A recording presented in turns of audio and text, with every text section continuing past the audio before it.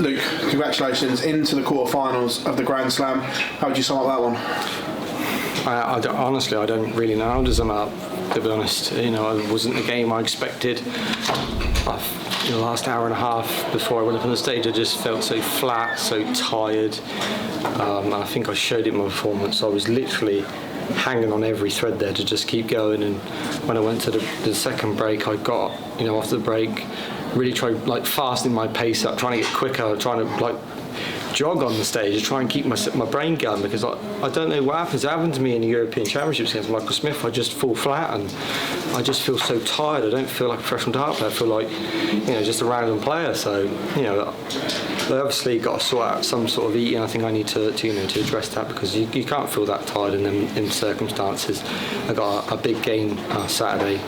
I'm gonna have to be a lot more energetic. I was going to say, you seem flat. You didn't seem yourself. Is it purely down to just getting the management right going into a game? Do you think that's exactly what it is? Yeah, I mean, it's hard to pinpoint it. I got a great night's sleep, last night. I slept really well. Obviously I've been going home in between session.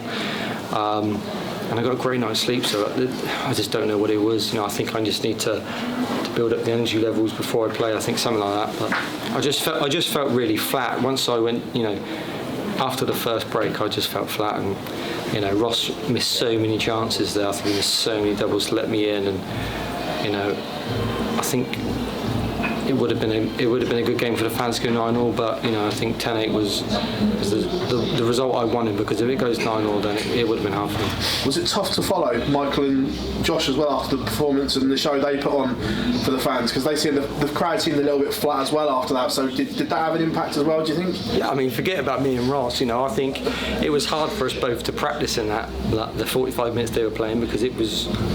I mean, I'll watch it back, but probably in the top 5 games I've ever witnessed. Michael was all the credit will go to Josh, but I think we have to give a little bit of credit to Michael there, because he was absolutely unbelievable. And that's a vintage performance from him, and Josh was fantastic, but the credit goes to Michael as well, not just Josh, because that was one of the best games I've ever witnessed, to be honest. So hopefully don't play that against me on Saturday. As I say, is that a bit worrying for everyone else that we're starting to see some vintage Michael again? And how much are you going to have to put in to beat him if he produces that again? Yeah, I mean, it's not worrying. Obviously Michael is got that ability at the moment where he can play fantastic, but he can also be human. I think if in 2017.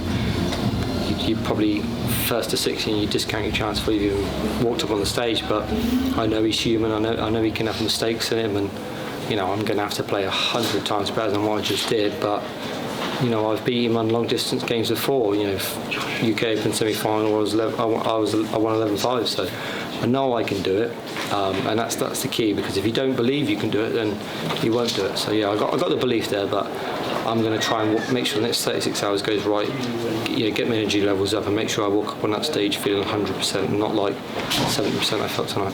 How does it feel as well that you're going to go into the next couple of tournaments number 5 in the world?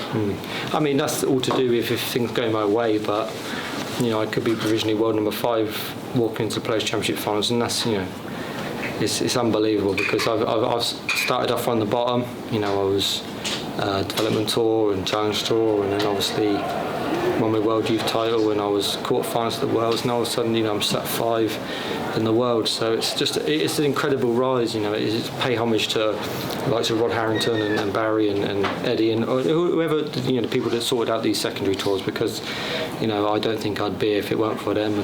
And it's quite a story, to be honest, to go from nothing to world number 5 in this day and age with all the fantastic talent that's around. Luke, congratulations, thank you very much. Thank you very much. Cheers. Just what you were saying about the rankings there, Luke, you've got to where you are and you still haven't won a major. Obviously you're so weighted in terms of the money in the majors, it could go even further. Yeah, I mean, in the last sort of 2 years I think Michael Smith's 4th, I'm 5th. We both haven't won a major, so if we had, we'd probably be 2nd and 3rd, possibly, who knows. But it takes some going to be world number 5 without one major final, and I think that's a credit to myself for the consistency I've shown in the last 2 years. But you know, I know my games that I know there's a game in me that could win a major, but sometimes there's games like tonight where I've, you know, it gives that little bit of doubt in myself. I think, you know, why have I played like that? Why have I felt so flat?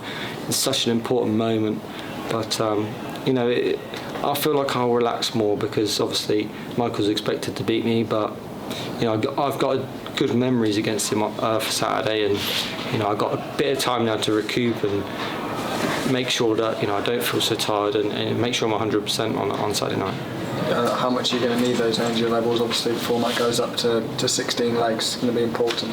Yeah, it's going to be important to you know, be to have energy-wise the whole game. So, you know, I can't just play 5 legs and all of a sudden it deflate from me. That's just, you know, Michael will just walk all over me and it'll thrash me. So, you know, I know you learn from things, you know, and I'll learn from tonight. You know, obviously things didn't go my way. I think Ross was missing doubles here, there and everywhere and allowed me to win. I feel very lucky. I really do. I feel really lucky tonight, and you know, sometimes you need that bit of luck to go on and do something magical. So, you know, we'll see. I mean, if Michael plays the way he did on tonight, you know, there's only one winner because, you know, he's the greatest player in the world.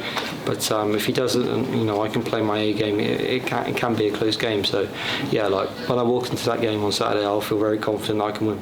Not many people have those positive memories against Michael, but you've had some important wins over him. How much are they going to play a part in your mind and in the lead-up?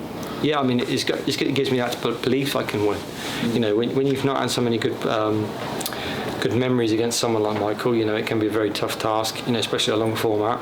But I have got good memories. I've beat him in a long format before, so I know I can do it. And, you know, if you haven't got that belief that you can do it, you probably won't. But I've got that belief. But I know also myself that I'm going to have to be on my A game for, you know, 31 legs straight possibly.